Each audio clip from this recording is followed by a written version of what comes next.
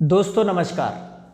मैं संतोष शाक्य, एक लेखक, विचारक और स्वतंत्र पत्रकार। दोस्तों बात चल रही है हिंदू राष्ट्र की। एक बाबा है धीरेंद्र शास्त्री, जो कि एक 26 साल का लड़का है, जो दावा करता है कि लोगों के पते बता सकता है, लोगों की समस्याएं बता सकता है, लोगों के माइंड रीड कर सकता है या लोगों की समस्याएं दूर कर सकता है। ऐसे ऐसे चमत्कार वो कर सकता है। तो उस बाबा ने एक बयान दिया है कि भारत को हिंदू राष्ट्र बनाएगा, भारत को हिंदू राष्ट्र बनाना चाहता है। और भी बहुत से बाबा हैं जो कहीं ना कहीं राजनीतिक कारणों से भारत को हिंदू राष्ट्र बनाने की बात करते हैं। तो इसी विषय पर बात करूंगा कि भारत को हिंदू राष्ट्र बनाया जा सकता है क्या, हिंदू राष्ट्र का मतलब क्या है, क्या हिंदू राष्ट्र बनना चाहिए। जो लोग हिंदू राष्ट्र बनाने की बात कर रहे हैं वो अपनी जो अवधारणा है उसे क्लियर नहीं करते। तो बहुत सारी समस्याएं हैं जिन पर हम बात करेंगे। तो सबसे पहले समझते हैं कि जो लोग हिंदू राष्ट्र बनाने की बात कर रहे हैं वो क्या चाहते हैं। तो जैसे कि धीरेंद्र शास्त्री का मैंने नाम लिया, महंत राजू दास जो कि अयोध्या का एक महंत है, और भी बहुत से महंत हैं। अभी बीच में आपने देखा कि एक संस्था जो थी हिंदू राष्ट्र निर्माण समिति, उसने एक संविधान जारी कर दिया। अर्थात वो चाहते हैं कि जो अभी संविधान है उसे बदल के नया संविधान लागू किया जाए। और सबसे बड़ी विडंबना तो ये थी कि उन्होंने जो खबरें अखबारों में छपी उनमें कहा गया कि वो जो हिंदू राष्ट्र बनाएंगे उसमें जो न्याय होगा वो वर्ण व्यवस्था पर आधारित होगा। तो यहां से हमें क्लियर होता है कि उनके हिंदू राष्ट्र का मतलब क्या है। तो उन्होंने क्लियर किया, लेकिन धीरेंद्र शास्त्री है, उसके जैसे सैकड़ों गधे बाबा जो हैं, जो जिन्हें मैं गधा कहता हूं, वो क्लियर ही नहीं करते कि हिंदू राष्ट्र का क्या मतलब। उन्हें यह नहीं पता कि हिंदू का क्या मतलब है। और जिन लोगों को यह नहीं पता हिंदू का क्या मतलब, वो हिंदू राष्ट्र बनाने की बात करते हैं। हिंदू के नाम पे एक पर्टिकुलर जो पंथ है हिंदू के अंदर या भारत के अंदर, पर्टिकुलर जो पंथ है, पर्टिकुलर जो विषमतावादी विचारधारा है, उसके प्रमोशन की बात चलती है। हिंदू के नाम पे मनुस्मृति, वर्ण व्यवस्था के प्रमोशन की बात चलती है। मनुस्मृति को लाने का प्रयास करते हैं।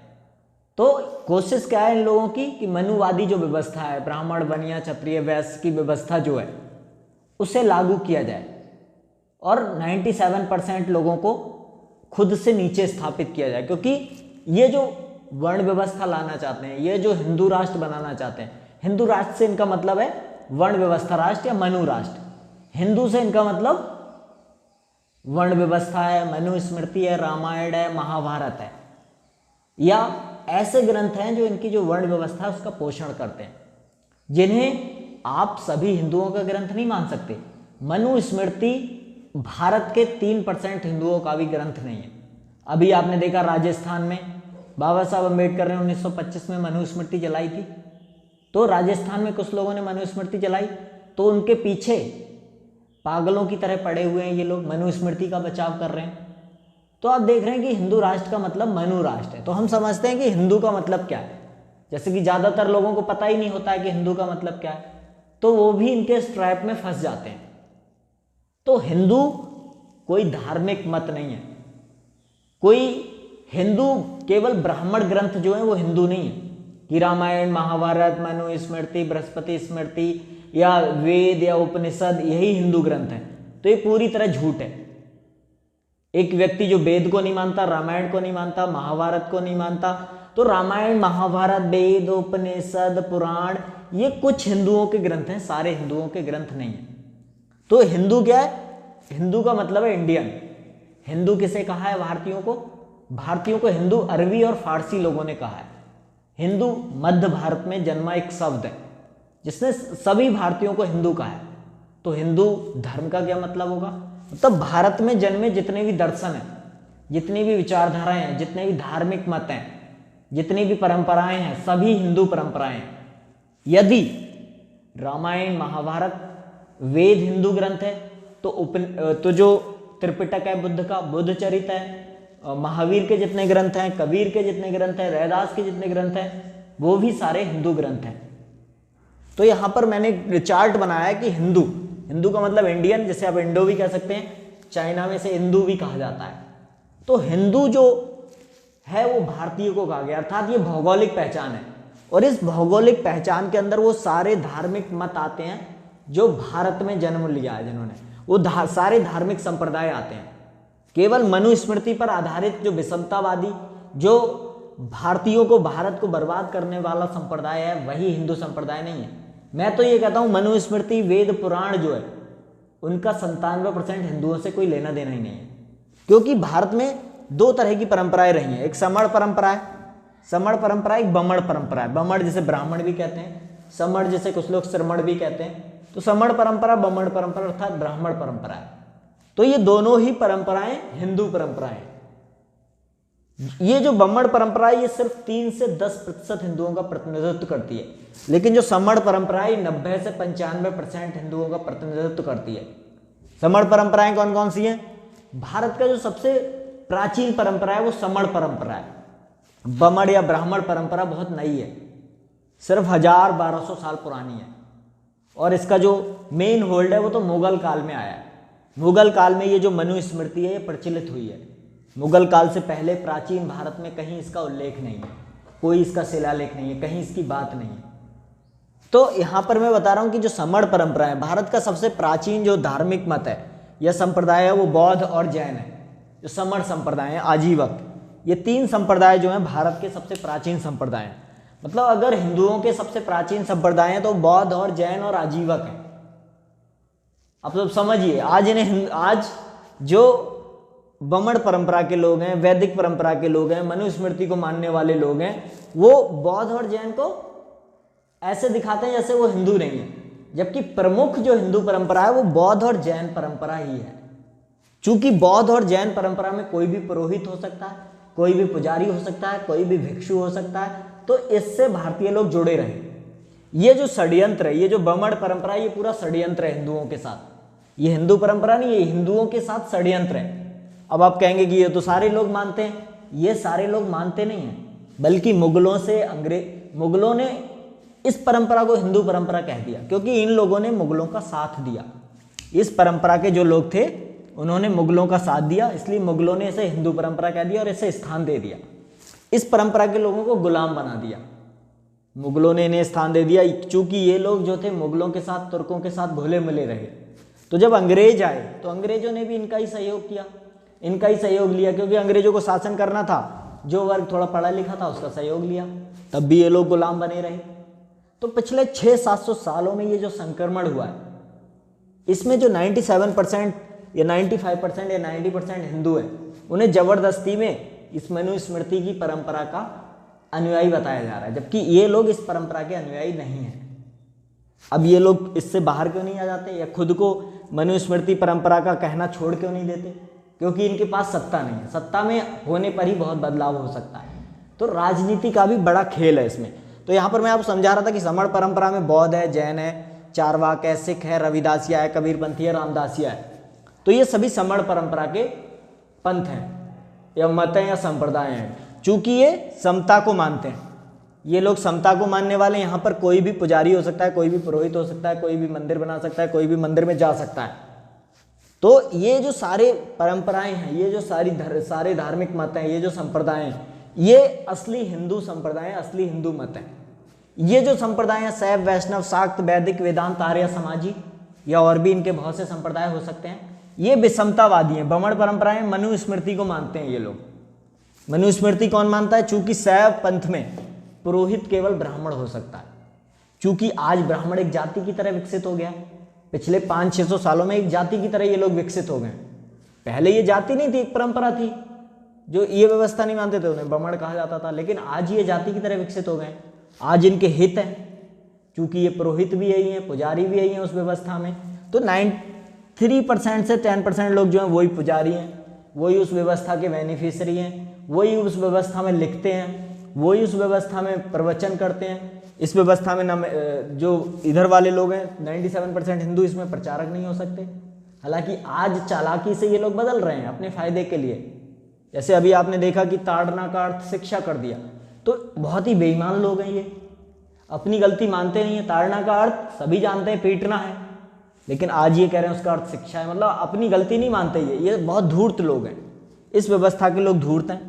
तो ये चाहते हैं हिंदू के नाम पे, जो धीरेन्द्र शास्त्री है उसकी तरह के हजारों बाबा हैं, वो हिंदू के नाम पर उस व्यवस्था को लाने का प्रयास कर रहे हैं जो हिंदू व्यवस्था है ही नहीं, जो 90 से 97% हिंदुओं पर थोपी गई है।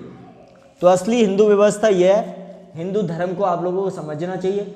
बौद्ध धर्म, जैन मत, आजीवक मत, कबीरपंथी, ये जो हैं ये हिंदू मत हैं। ये जो हैं हिंदुओं को खिलाफ षड्यंत्र हैं। रामायण, महाभारत, वेद, पुराण सभी जो हैं वो हिंदुओं के खिलाफ षड्यंत्र हैं, क्योंकि इनमें हिंदुओं के खिलाफ ही बात की गई है। और इनका जो आधार है, इनकी कोशिश है सारे ग्रंथों की कि मनुस्मृति को लाया जाए, मनुस्मृति को लागू किया जाए। तो आज जो धीरेन्द्र शास्त्री या उसके महंत राजू दास या बहुत से राजनेता भी जो जिनकी राजनीति हिंदुओं को धोखा देकर चल रही है, 97% हिंदुओं का शोषण करके चल रही है, वो लोग भी बात करते हैं कि भारत को हिंदू राष्ट्र बनाया जाए। तो उनका एजेंडा क्या होता है? मनुस्मृति लाने का। मनुस्मृति में क्या है? 4 वर्ण है, ब्राह्मण, वैश्य, क्षत्रिय, शूद्र और 5वां वर्ण है अछूत। इन 1 वर्ण, ये जो 3 वर्ण है ब्राह्मण, क्षत्रिय, वैश्य, ये शासन करेंगे, बाकी लोग इसके गुलाम रहेंगे। तो हिंदू राष्ट्र से इनका ये मतलब है। तो अगर आप पिछड़े वर्ग में आते हैं, OBC, SC, ST, Jat, Maratha, Patel हैं, तो आपको इस व्यवस्था से कोई फायदा नहीं होने वाला, आप इसमें गुलाम बनेंगे। तो आप समझिए, और जो लोग हिंदू राष्ट्र की बात करते हैं उनसे पहले पूछिए कि आपके हिंदू राष्ट्र का क्या मतलब है, क्योंकि भारत तो पहले ही हिंदू राष्ट्र है। भारत के झंडे में सम्राट अशोक की लाट है, भारत का राष्ट्रीय प्रतीक, भारत के झंडे में अशोक चक्र है, भारत का राष्ट्रीय प्रतीक सम्राट अशोक की लाट है। और भारतीय संविधान जो है, वो जो हिंदू पीछे छूट गए हैं, जो इस व्यवस्था से जो शोषण हुआ है, मनुस्मृति या वर्ण व्यवस्था से जो शोषण हुआ है, उसमें जो हिंदू पीछे छूट गए हैं, भारतीय संविधान उनके अधिकारों की बात करता है। तो जो लोग अशोक की लाट के खिलाफ खड़े हैं, अशोक चक्रा के खिलाफ खड़े हैं, 90% हिंदुओं को जो 50% हिस्सेदारी दी गई है, उस हिस्सेदारी के खिलाफ खड़े हैं, तो ये हिंदू राष्ट्र नहीं चाहते, ये अपना फायदा चाहते हैं। अपने फायदे के लिए सिर्फ 90% हिंदुओं के हक छीनना चाहते हैं। उसके अंदर सामाजिक न्याय की बात नहीं कर रहे, सोशल जस्टिस के खिलाफ ये लोग खड़े हैं, ये लोग आरक्षण के खिलाफ खड़े हैं, ये लोग मेजॉरिटी हिंदू के राइट के खिलाफ खड़े हैं। हिंदुओं के खिलाफ जो बातें कही गई हैं, मेजॉरिटी जो बहुसंख्यक हिंदू है, ओबीसी, एससी, एसटी, उसके खिलाफ जो बातें कही गई हैं, उसे रैशनलाइज, उसे तर्कसंगत साबित करने की कोशिश कर रहे हैं। जैसे कि आपने देखा अभी ये लोग रामचरितमानस को सही करने की कोशिश कर रहे हैं। तो यही इनके हिंदू राष्ट्र का मतलब है। अगर ये इनके हिंदू राष्ट्र का मतलब मनुस्मृति लाना नहीं है, तो ये मुझे क्लियर कर दें कि इनके हिंदू राष्ट्र का क्या मतलब है। कोई भी बाबा जब हिंदू राष्ट्र की बात करे, चाहे वो परमहंसाचार्य हो, चाहे वो धीरेन्द्र शास्त्री हो, चाहे वो उसका बाप हो, कोई हो, जब वो हिंदू राष्ट्र की बात करे तो मैं उससे जानना चाहता हूँ कि हिंदू राष्ट्र से उसका क्या मतलब, वो क्लियर करे। वो शैव मत लाएगा, वैष्णव मत लाएगा, शाक्त मत लाएगा, वैदिक लाएगा, वेदांत लाएगा, आर्य समाजी लाएगा, बौद्ध लाएगा, जैन लाएगा, आजीवक लाएगा, चारवाक लाएगा, सिख लाएगा, रविदासिया लाएगा, कबीरपंथी लाएगा, रामदासिया लाएगा। ऐसे सैकड़ों मत हैं हिंदू धर्म के अंदर, हिंदू व्यवस्था के अंदर। और मनुस्मृति का हिंदू व्यवस्था से कोई लेना देना नहीं, ये ब्राह्मणों के द्वारा अपने फायदे के लिए बनाई गई व्यवस्था है। मैं ब्राह्मणों के खिलाफ नहीं हूँ, लेकिन उस व्यवस्था की कोई जरूरत नहीं। आज उसमें 90% ब्राह्मण को भी गाली पड़ रही है जो उसमें इन्वॉल्व नहीं है। हालांकि उसे खुद को ब्राह्मण कह देना छोड़ना चाहिए। जब आप मनुस्मृति नहीं मानते, आपको उस पहचान का कोई फायदा नहीं हो रहा, तो आप उस पहचान को क्यों रिटेन कर रहे हैं? मेरा तो मानना है, ना तो कोई देश में ब्राह्मण है, ना वैश्य है, ना क्षत्रिय है, ना शूद्र है। ओबीसी, एससी, एसटी इसलिए बनाया गया क्योंकि वो लोग पीछे छूट गए। जब वो आगे आ जाएंगे, सब बराबर हो जाएंगे, तो बात ही खत्म हो जाएगी। लेकिन इस आइडेंटिटी को रिटेन कौन कर रहा है? जो जनरल क्लास है, जिसकी आइडेंटिटी नहीं, जैसे उससे कोई फायदा नहीं हो रहा, तब भी वो अपनी पहचान बनाए हुए। क्यों बनाए हुए? क्योंकि उसके अंदर अहंकार है, वो शोषण करना चाहता है। तो हिंदू राष्ट्र का मतलब जो है, धीरेन्द्र शास्त्री या उसके जैसे हजारों संतों का मतलब है, हिंदू राष्ट्र का मतलब उन्हें मनुस्मृति लाना चाहते हैं। वो वही जो व्यवस्था थी मनुस्मृति की, उसे लागू करना चाहते हैं।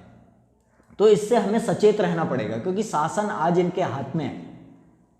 आज जो शासन है वो upper class, so called upper class Hindu control कर रहा है, ब्राह्मण बनिया क्षत्रिय कंट्रोल कर रहा है। तो आपको बहुत सचेत रहना पड़ेगा, क्योंकि कभी भी वो जो मनुस्मृति उसे लागू कर सकते हैं। ये डर नहीं है, आपको सचेत रहना है। डरना नहीं है, सचेत रहना है, अपनी डिबेट करनी है, अपनी बात रखनी है, वोकल होना है। जब वो हिंदू राष्ट्र की बात करते हैं तो आपको उनसे पूछना है कि हिंदू राष्ट्र मतलब क्या। कोई अवधारणा जारी करिए, हिंदू राष्ट्र बुद्ध के विचारों पर आधारित होगा, महावीर के विचारों पर आधारित होगा, शंकराचार्य के विचारों पर आधारित होगा, या मनु के विचारों पर आधारित होगा? कानून कैसे चलेगा हिंदू राष्ट्र में, ये भी बताइए। तो इन लोगों का सिर्फ यही एजेंडा है कि मनुस्मृति को लाया जाए और हिंदू के नाम पर 97% हिंदुओं का शोषण किया जाए। आप किसी की, अगर आप 97% हिंदुओं में आते हैं, ओबीसी SC ST में आते हैं, तो आप किसी की पूजा कीजिए, मुझे दिक्कत नहीं है। लेकिन यहाँ तो सारी पूजा पाठ अध्यात्म के पीछे एक ही षड्यंत्र रहता है, मनुस्मृति लाई जाए। या जो वर्ग खुद ऊपर बैठा है वो ऊपर अब खुद को एस्टेब्लिश करना चाहता है। तो इससे आपको सचेत रहना है। अगर आप सचेत रहेंगे तो आज आप समझे होंगे कि हिंदू का मतलब है कि बहुत बड़ा हिंदू एक सेट है, हिंदू एक भौगोलिक पहचान है, उसके अंदर बहुत सारे मत आते हैं, उसके अंदर 2 समण परंपरा भी है जो 97% हिंदुओं का प्रतिनिधित्व करती है। मतलब मेजॉरिटी जो हिंदू है वो समण परंपरा का है, बुद्ध का, महावीर का, अशोक का, चंद्रगुप्त मौर्य का अनुयायी रहा है। ये षड्यंत्र करके मुगल काल में या अंग्रेजी काल में, अंग्रेज भी इस षड्यंत्र को नहीं समझ पाए, अंग्रेजों ने भी इन्हें हिंदू कह दिया या मनुस्मृति की व्यवस्था को हिंदू कह दिया। अंग्रेजों का भी, फिर भी अंग्रेजों ने बहुत कुछ सुधार किया। लेकिन आज हमें समझना है, इसे हिंदू नहीं कहना है, ये हिंदू व्यवस्था नहीं है, ये हिंदुओं के खिलाफ षड्यंत्र है। और इस व्यवस्था को समाप्त करके फिर से बुद्ध की व्यवस्था, महावीर की व्यवस्था लानी है, फिर से समण परंपरा लानी है जिसमें हम सब बराबर हों, तभी हम लोग फिर से शासक बनेंगे। तो हमें हिंदू राष्ट्र की ज़रूरत नहीं, हमारा संविधान हिंदू संविधान ही है। और भारत में अशोक चक्र है, झंडे में चिन्ह जो है अशोक की लाट है, भारत बुद्ध की बात है या पूरे भारत की बात है। तो क्या वो लोग अशोक की लाट को हिंदू नहीं मानते? संविधान जो 90% हिंदुओं के हित की बात कर रहा है उसे हिंदू नहीं मानते? तो भारत तो पहले हिंदू राष्ट्र है, कौन सा हिंदू राष्ट्र बनाना चाहते हैं? तो ये हिंदू राष्ट्र नहीं, मनुस्मृति का राष्ट्र बनाना चाहते हैं। सचेत रहिए आप लोग। तो मुझे लगता है आप लोग सचेत रहेंगे। कोई आपका प्रश्न है तो आप कमेंट कीजिए नीचे, मैं उसका जवाब देने को तैयार हूँ। कोई आपको लगता है कि और भी बात इसमें ऐड होनी चाहिए तो वो मैं ऐड करने को तैयार हूँ, आप कमेंट कीजिए। तो मुझे लगता है ये वीडियो आपको बहुत ही इन्फॉर्मेटिव लगा होगा और आपको समझ में आया होगा कि हिंदू भारत की भौगोलिक पहचान है और उसमें कम से कम 100 पंथ हैं। तो सिर्फ मनुस्मृति या वैष्णव, शैव या वैदिक पंथ की को हिंदू पंथ कहना मूर्खता है। ये हिंदू पंथ का छोटे छोटे हिस्से हैं, 3-3% लोगों के, कोई बहुत बड़ा हिस्सा नहीं है। लिंगायत भी है इसमें, इसे मैं लिखना भूल गया था, लिंगायत भी है इसमें, लिंगायत जो है वो भी है। ये भी हिंदू जो भौगोलिक हिंदू पहचान है उसके अंदर ही आता है। तो ये वीडियो आपको समझ में आया होगा। आपका बहुत बहुत धन्यवाद।